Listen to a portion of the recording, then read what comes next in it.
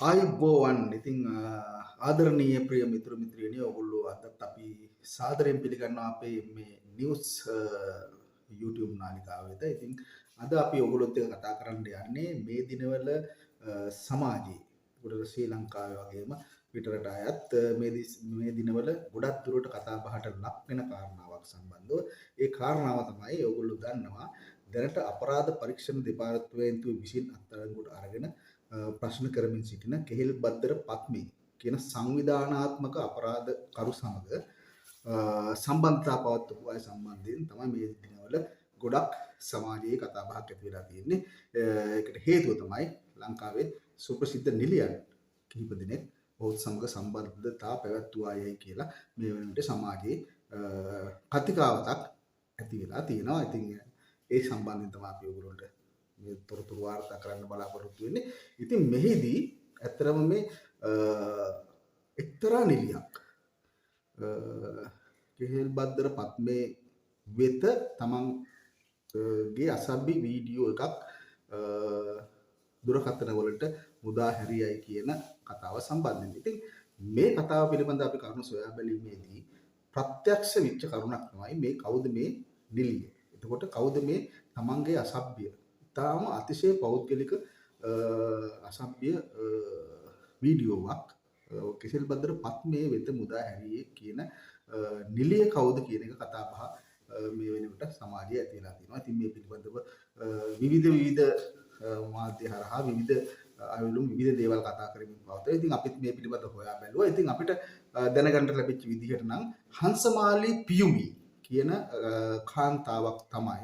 කාන්තාවක් විසින් තමයි තමන්ගේ පෙම්වතා සමග සිටිය අසභ්‍ය වීඩියෝවක් කෙහෙල් බද්දර පත්මේ කියන සංවිධානාත්මක අපරාධකාරී නායකයා වෙත යවලා තියෙනවා. ඉතින් ඒක ප්‍රත්‍යක්ෂ වෙන කරුණු හුවා දක්වන විවිධ වැඩසටහන් වෙනට සමාජ මාධ්‍ය සංසරණය වෙනවා. ඉතින් මේ තමයි මේ වීඩියෝ මුදා හැරිය කියලා දැනට තහවුරු වෙමින් පවතින්නේ. ඉතින් අපිට මේ ගැන මේ තුලින් අපිට ගන්න පුළුවන් සමාජයට දෙන්න පුළුවන් පණිවිඩය තමයි අපිට කියන්න තියෙන සමාජයට අද මේ වෙනකොට බහුතරයක් නව යෞවනිය සහ නිවුණුවට ළඟා වෙමින් පවතින දුවදරුවන් වැඩි පිරිසක් මේ අතිශය නවීන ජංගම දුරකථන පාවිච්චි කරනවා.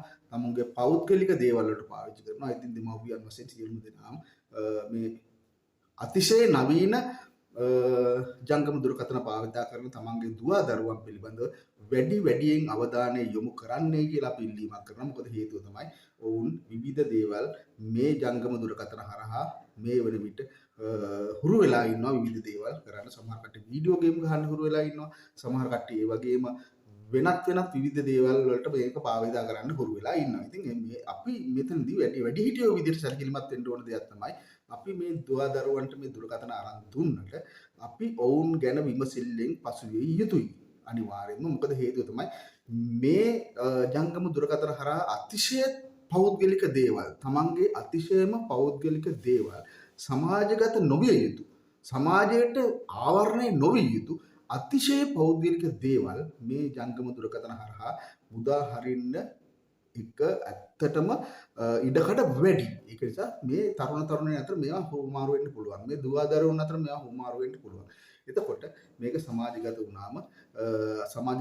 වුණාම නෙවෙයි අපි මේක කතා කරන්න ඕන සමාජගත වෙන්න කලින්. ඉතින් මේ කරුණේදී හංසමාලි පියුමි එතකොට ඩයස් ගයාත්‍රි සහ තවත් නළු නිලියන් කීප දෙනෙක්ම මේ කෙසෙල් බද්දර පත්මේ කියන සංවිධානාත්මක අපරාධකාරී නායකයා සමග සම්බන්ධතා පැවැත්වුවා කියලා මේ වෙන විට තොරතුරු අනාවරණය වෙලා තිබෙනවා. ඉතින් මේ සම්බන්ධයෙන් නීතිය ක්‍රියාත්මක වේවි ඉදිරියට.